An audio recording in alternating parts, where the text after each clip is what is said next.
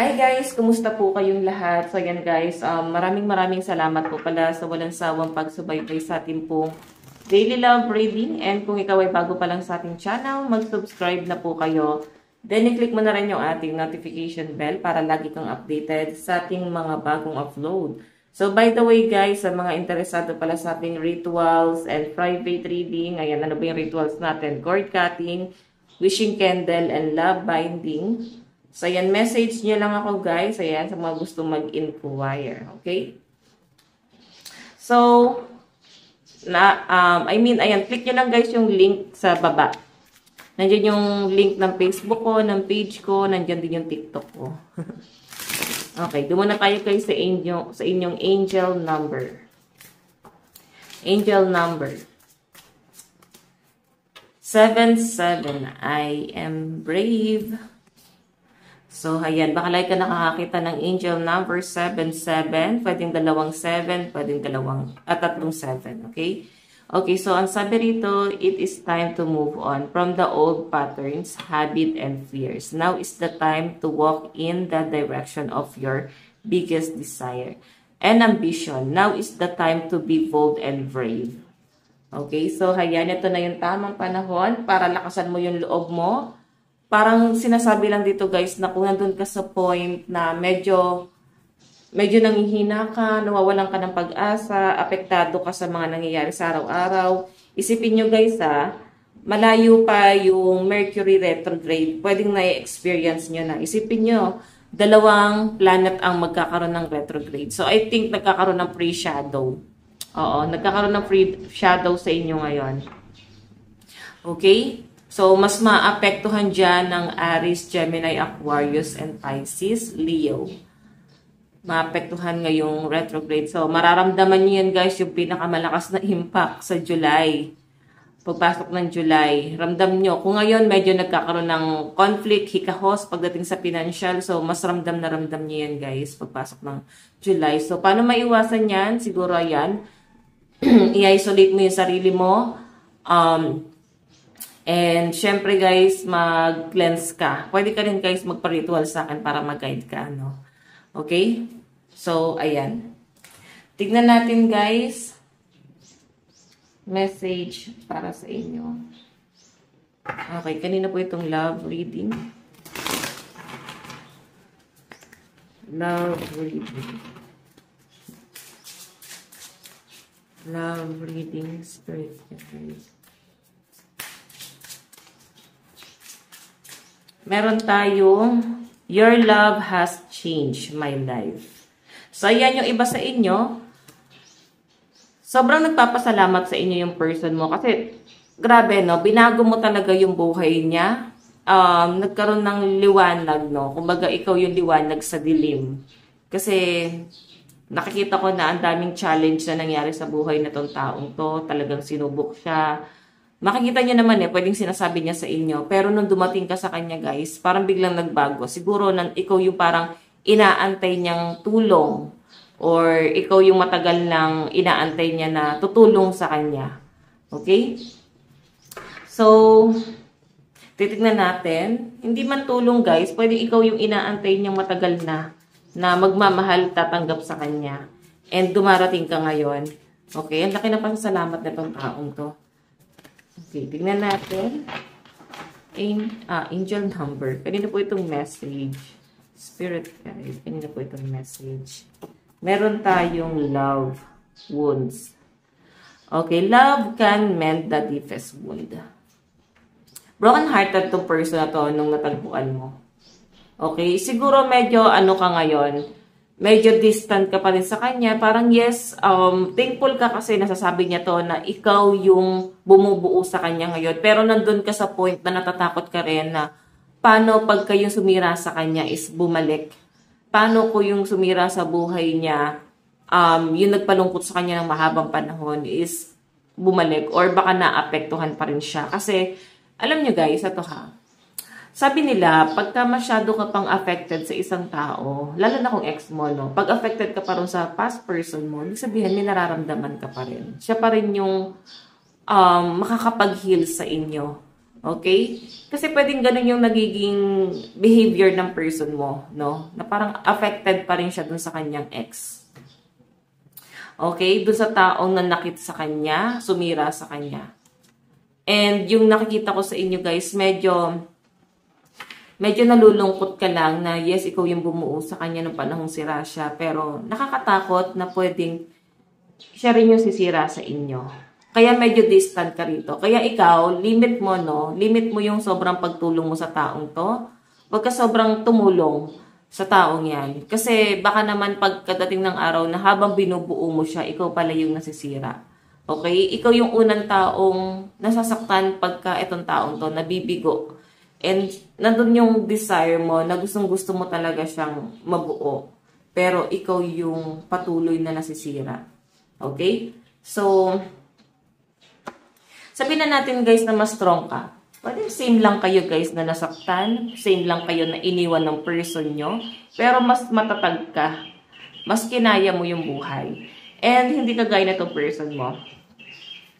Okay, na parang apektado pa rin siya ng kanyang person, ng kanyang ex.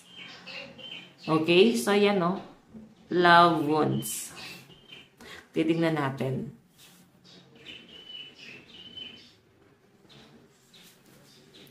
Tignan natin. Oops. Kanina itong love reading. Kanina po itong love reading. Spirit guide, love reading.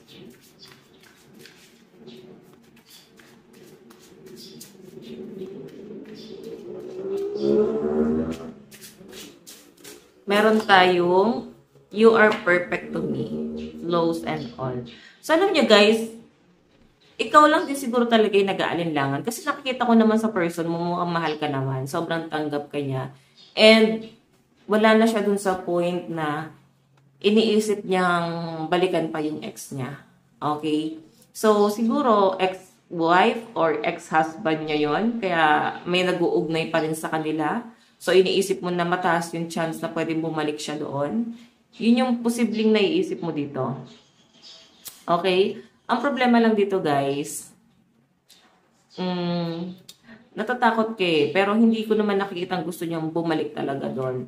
Siguro, based lang din to guys sa inyong observation na pwedeng bumalik tong person mo doon sa person niya. Kasi nga na-observe mo siya. Okay? Pero yung pinapakita sa akin dito, parang hindi naman eh. Oo. Lagi siyang excited na makausap ka, lagi siyang excited na makasama kay. And talagang nag-i-invest ng time and effort itong taong to. So, yun nga lang guys, hindi mo nakikita yung mga ginagawa niya. Okay? Napagdududahan mo yun. Napagdududahan mo yung mga action niya na baka ito yung ginagawa niya sa ex at ginagawa niya rin sa akin. Alam mo yan, ba't ganon? Tamang duda.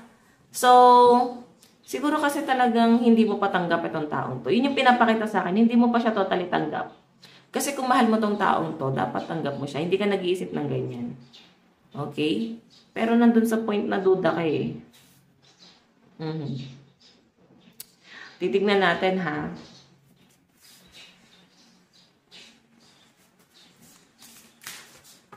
Additional message.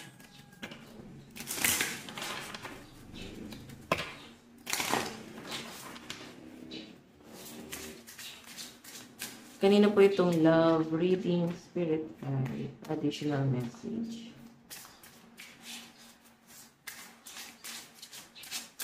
Okay. Meron tayong with you forever feels real. Diba? Ibig sabihin, ikaw na yung nakita niya na pangmatagalan. Ikaw na yung gusto niya makasama, mapangasawa. Kasi forever na yung nararamdaman niya sa inyo, guys. Sobrang pure yung nararamdaman niya sa inyo. Okay, sabi niya nga dyan, no, with you, forever feels real. Ibig sabihin, nararamdaman ka niya na totoo ka sa kanya, nararamdaman niya na walang halong kaplastikan, nararamdaman ka niya as in. Nararamdaman niya yung pagiging, alam mo yun, sobrang pagmamalasakit mo sa kanya. Ramdam na ramdam niya yon. And na-feel niya na mahal mo siya. Okay? Siguro kasi yung pagmamahal na yon, may something sa inyo. Okay. Like, sabi ko nga kanina guys, inoobserbahan mo yung person mo. Yung tipong willing to help ka sa taong to, pero wala kang nararamdaman na attachment. Pwede yun eh. May mga client ako na naging gano'n, parang naawa lang sila. So, pero limit eh, hindi ganun kabuhos. Pero, once na may ma-feel ka rito, like maging cold yan taong yan, doon mo ma-feel na talagang mahalaga pala sa inyo. May something lang na kailangan, may mag-break nun, bago mo maramdaman na talagang mahal mo pala talaga tong taong to. Na mahal mo pala talaga siya, hindi lang dahil siya yung nandiyan. Hindi lang dahil nahulog ka kasi meron siyang ginagawa. Pero, mahal ka talaga niya. Okay, so titignan pa natin. Ayan. By the way, kumusta kayo? Kumusta yung inyong puso ngayon? Nakaka-relate pa kayo sa reading natin. Ayan. Additional message, spirit guide. Kanina po itong love reading. Kanina po itong love reading.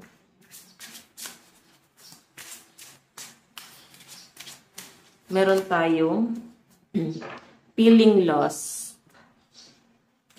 I'm trying to make this work but I feel so lost. I don't know what to do or say anymore. And it's easier to just stay in silence. Ikaw to. Parang hindi mo makita yung sarili mo doon sa person mo. Nakikita ko hindi naman dahil parang nawawala ng gana, pero tahimik ka lang. Hindi ka makapag-open up sa taong to. Hindi mo masabi na ito yung totoo mong nararamdaman. Siguro, mahal mo naman talaga siya, pero may mga conflict kasi itong taong to. Yun yung nagpapabagabag sa isip mo at sa puso mo. Kung bakit hindi mo siya matanggap ng buo. Kung bakit hindi mo siya matanggap ng buo sa buhay mo. Kasi, yes, yung love nandoon. Nandun yung love, pero ang masasabi ko guys, mas nangingibabaw kasi rito na nagiging distant ka sa taong to. Kasi may mga pagdududa ka. Okay? Kaya yung pagmamahal na meron ka, parang alam mo yon, nakikita ko sa'yo na parang gusto mong mag-detach sa kanya unti-unti eh. Gusto mong umalis dun sa sitwasyon. Pero mas nakikita ko kasi na hindi mo yun ginagawa. Kasi nga, nandun yung love. Hindi ka umaalis sa sitwasyon kahit yun naman yung sinasabi ng isip mo na umalis ka na dyan. Pero yung puso mo yung nasusunod na hindi ko kayang umalis. Kahit nasabihin mo na hindi ko naman tumahal eh. Kung hindi mo mahal, ba't ka nag-stay? Bakit mo iniisip? Diba? Ibig sabihin, mas nangingibabaw pa rin yung puso mo kahit na yung sinasabi ng isip mo ganito. Kahit alam mo naman sa sarili mo na ito yung sitwasyon, ito yung na hindi mo naman talaga siya mahal, hindi ka pa totally attached. Kahit alam mo sa sarili na yun ang sagot eh. Pero mas, alam mo yun, mas panalo pa rin yung puso kahit hindi siya marunong mag-isip. Pero nagagawa niya mag-stay ka dun sa sitwasyon. Okay? Tignan pa natin. Kanina po itong love reading, spirit guide.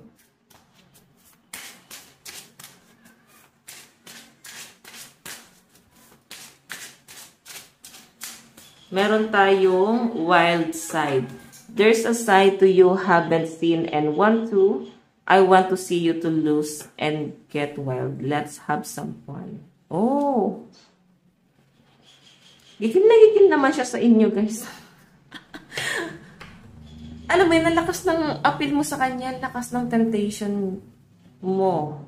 Natatempt talaga siya sa inyo. And siguro napapaisip ka, baka yun lang ang habol niya sa inyo, sex. Diba? Pero isipin nyo guys, kahit sinong matalinong tao guys, hindi lang yan magbe-base sa ganyan eh. Unless bobo yan. Like, ano ba? Yung mga nagkakaroon ng, di ko mo sinasabi guys, na lahat. Like yung mga matatanda na nagkakaroon ng kabit. Diba? Talagang settled na sila eh. Meron na silang pera eh. So, baka sabihin niyo, trigger warning guys, baka may nanonood sa atin ganun. Trigger warning, example lang to. Kasi yun talaga yung totoo. So, kahit masaktan kayo, yun talaga yung totoo. May pera na eh. So, yung mga ganyang may pera na, mas hinahanap na lang nila guys is yung love. Maswerte pa nga guys yung mga walang pera eh. Mas nahanap nila yung totoong pagmamahal sa ibang tao. Na talaga may tumatanggap sa kanila na wala silang in-expect dun sa person na yon. Alam nyo ba guys na mas nakaka-pressure maghanap ng love life pag may pera ka? Totoo yun guys, hindi mo alam kung ano yung intention sa inyo, kung mahal ka ba or pera lang ang habol sa inyo. So kung ikaw wala kang pera na nanonood ngayon, maswerte ka na nahanap mo tong person na to kasi wala siyang hinahabol sa inyo, kundi yan lang. Diba? Sana na-gets. So, sige, tingnan natin. Tignan natin. Kanina tong love reading.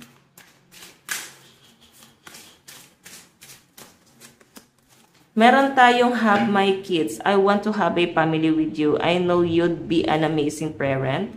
And I dream of the day I can experience raising a family together. Diba? Sabi ko sa inyo balik tayo dito. Ikaw talaga yung gusto niyang mapangasawa na. Makasama niya habang buhay. Walang halong eme. O kaitsuseran, no? Kasi ang nakikita ko rito, guys, yung person mo, yes, meron siyang sakit na nararamdaman doon sa ex niya. Pero, nung dumating ka kasi nawala yon. Oo, siguro nakakwento niya sa inyo. Then, ikaw natitrigger. Like, nabibigyan mo ng meaning. Diba? Nabibigyan mo ng meaning yung mga ginagawa sa inyo ng taong yan. Or, yung sobrang pagmamalasakit na parang, wait, baka ito yung ginagawa niya doon sa ex niya, tapos ginagawa niya rin sa akin. So, sa halip na mag-isip ka ng ganun, ba't hindi mo na nasuklian din ng pagmamahal para mas mag-work pa kayong dalawa? At least, di ba, kung sakaling mawala yung taong yan, guys, lagi kang may isip na, ito, ginawa sa akin ng person na yun. Minahal naman ako nito, binuo naman ako nito, nagbalasakit siya, sobrang lambing niya. So, meron siya, guys, may iwang memories sa inyo. Merong alaala na parang, ay, kahit kung sakaling maghiwalay kayo, maisip niya pa rin na manghinayang. Okay? Na meron kang naiwang memories sa kanya na maganda. So, yun lang yun, guys, Kaya kayo, eto sa mga hindi showy, hindi maganda yan. Okay, nagkaroon pa kayo ng relasyon, tapos hindi nyo naman lalambingin. So, ano yung magiging impact nyo dun sa person nyo kung wala kayong kalambing-lambing dun sa person nyo? Diba? So, kailangan suklian nyo rin yung pagmamahal, lambing na binibigay sa inyo ng person nyo. And, iwasan nyo na yung pagiging guarded. Ang pagiging guarded, guys, nilulugar yan. Like, pag same na kayo na nagiging cold, no? Kung sakaling naging cold na sa inyo yung person mo, doon ka na maging, doon ka na mag-start na mag-set ng boundaries. Diba? Mag-mirror ka. Kasi, yun din yung nakukuha mong energy sa kanya, binabato mo lang sa kanya. Diba? Sige, tignan natin additional message. Kanina po itong love reading.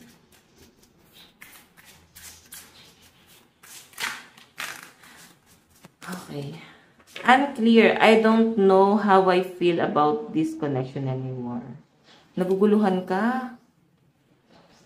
Actually, naguguluhan din yung person mo. Same na kayo. By the way, guys, commercial muna tayo, no? Meron kasi akong plano sa isa kong YouTube, no? Sa Jade Diaries. So, comment nga kayo sa baba. Ayan. Comment kayo sa baba kung interested kayo na pwede kong i-share yung problema. Yung love story nyo doon sa kabila. And hindi na ako magtatarot doon. Kasi, guys, yung Jade Diaries, hindi ko na siya na-feel. Parang hindi na gusto ng mga manonood ang ano ba? Ang daily, no? Parang hindi na gusto ng tao Kasi, mararamdaman ng mga tarot reader yun sa energy ng mga nanonood.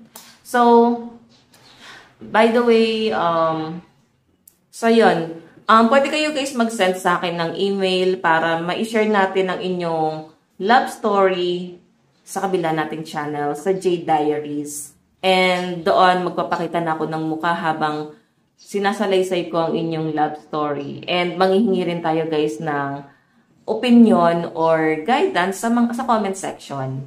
Diba? So, para sari-saring opinion ang pwede nyong marinig sa sambayan ng Pilipino.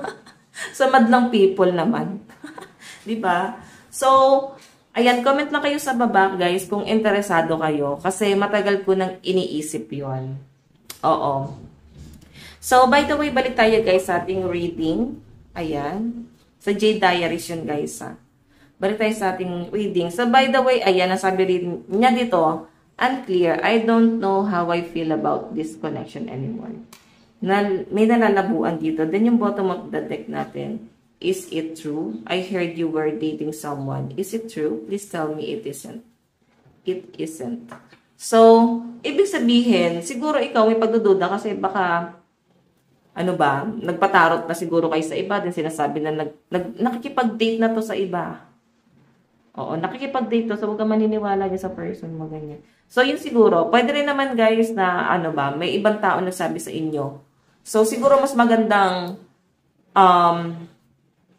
kung nararamdaman mo, kung malakas yung intuition mo at nafe-feel mo, paniwalaan mo yon. Kasi kung babae ka nanonood, sobrang lakas ng intuition natin, guys. 100% totoo yan.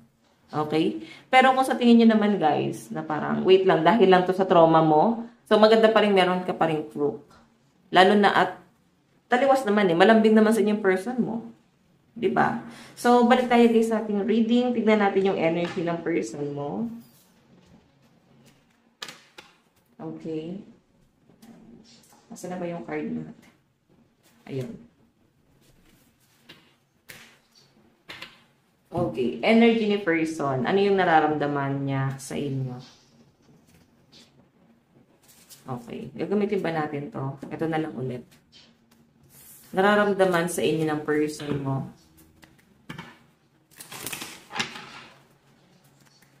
So guys, ayan, kung interesado kayo na mag-share tayo ng inyong love story sa Jade Diaries, ayan, mag-subscribe na rin muna kayo para lagi kayong updated sa ating mga love story sa kabila nating channel. Ayan, Jade Diaries. Ayan, ilalagay ko na lang din guys yung link ng aking Facebook, link ng aking YouTube na Jade Diaries diyan sa ating comment section, okay? So, tignan natin ano yung nararamdaman ng person mo sa'yo. Meron tayong let the past go. O, diba? Ikaw yung nagpapalik ng mga past. So, sinasabi niya rito, na huwag mo nang ibalik-balik yan. Basahin natin, can we rewind time and go back to before we were both broken down by life? Our past hold us back from our future. Diba?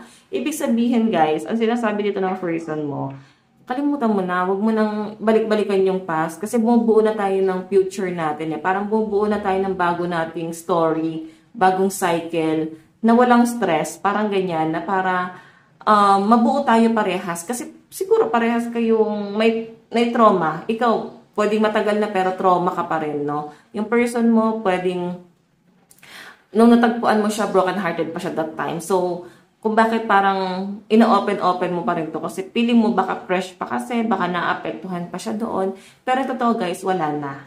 Okay, kaya sabi dito, let the past go. Huwag nyo nang balik-balikan. Yan ang gusto ng person mong sabihin sa inyo. Pwedeng sinasabi niya naman, pero hindi mo pinaniniwalaan. Okay, mas duda ka. bakit ganon? Wala kang tiwala sa person mo? Ayan, so tignan natin ano naman yung tingin ni person. Ano yung tingin ng person mo sa'yo? Meron tayong my dreams. I've been dreaming about you. In my dreams, we are so free and in love.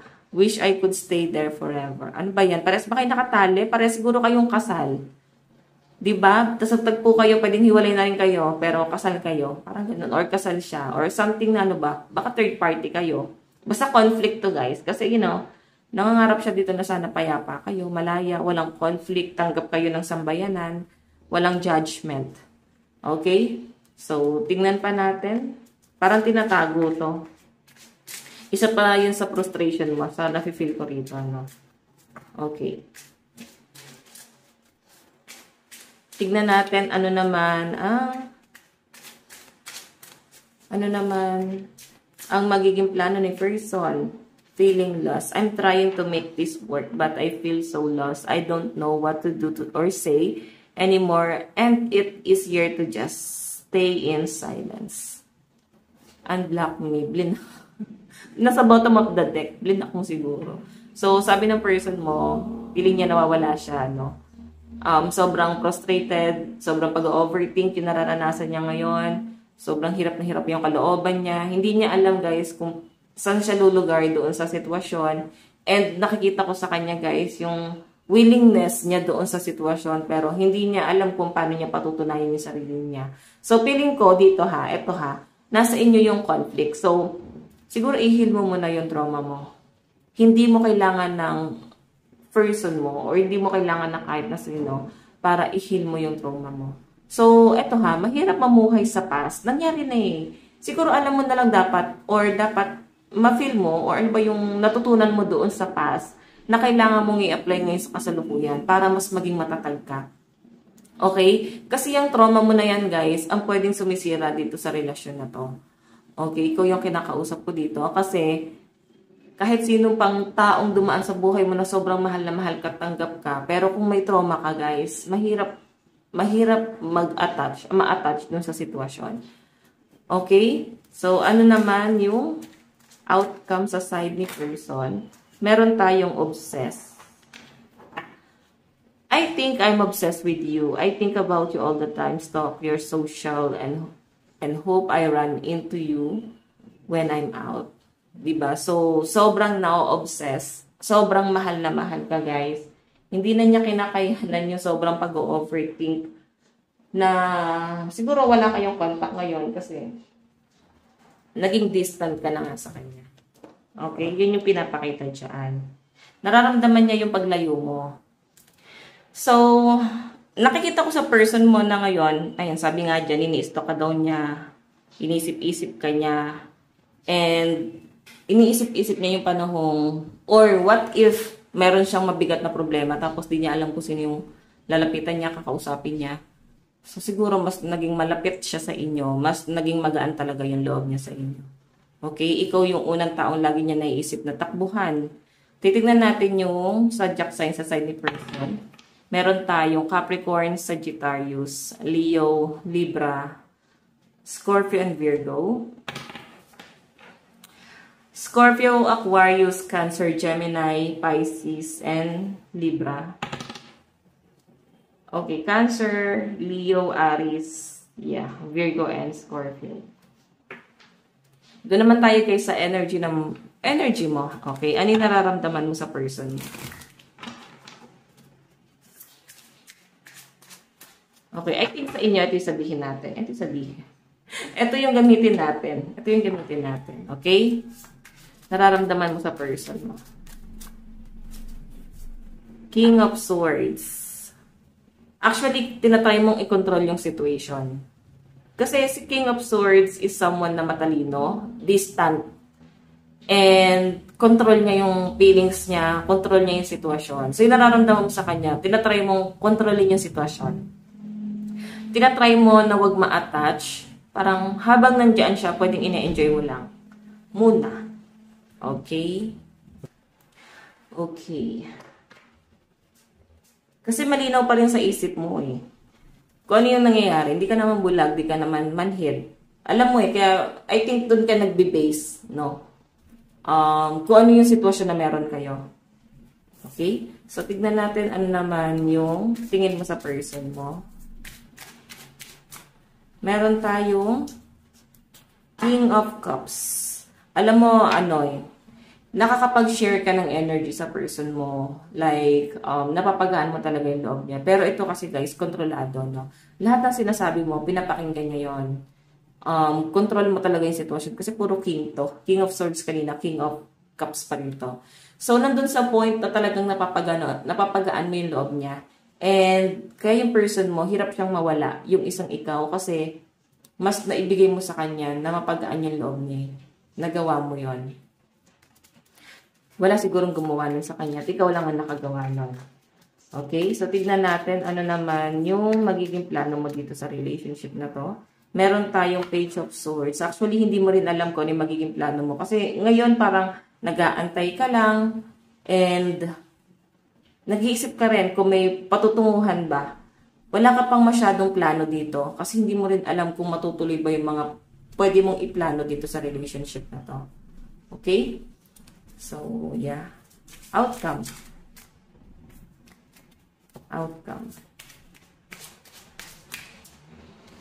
Meron tayong Knight of Wands. Okay, so pag sinabing once is passionate, no? Yung outcome kasi guys, talagang wala na tayong magagawa kasi mukhang mahuhulog at mahuhulog ka sa taong to. Pwede mong ikasakit ng damdamin mo kung ano yung magiging resulta at ending nitong relationship na to. So, ang may advice ko sa inyo, kung kaya mo pa siyang, kung kaya mo siyang i-survive, gawin mo para sa peace of mind mo. Huwag mong hayaan na maubos ka. Okay? So, kuha tayo guys ng 3 cards na napatungo tong relationship na to.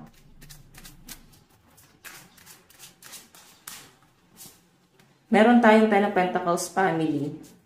So, may family kayo or plano nyo to. And 2 of Swords. Actually, ito yung gusto mo eh. O, may mga third party raw dito. Pwedeng kasama ng person mo yung pamilya niya. Or every time siguro na nakakasama niya yung mga anak niya, pamilya niya, or yung ex niya. Nasasaktan ka, ito ka. Okay, nahihirapan yung loob mo dun sa sitwasyon. Meron tayong 5 of Pentacles. Sobrang wala kang magawa.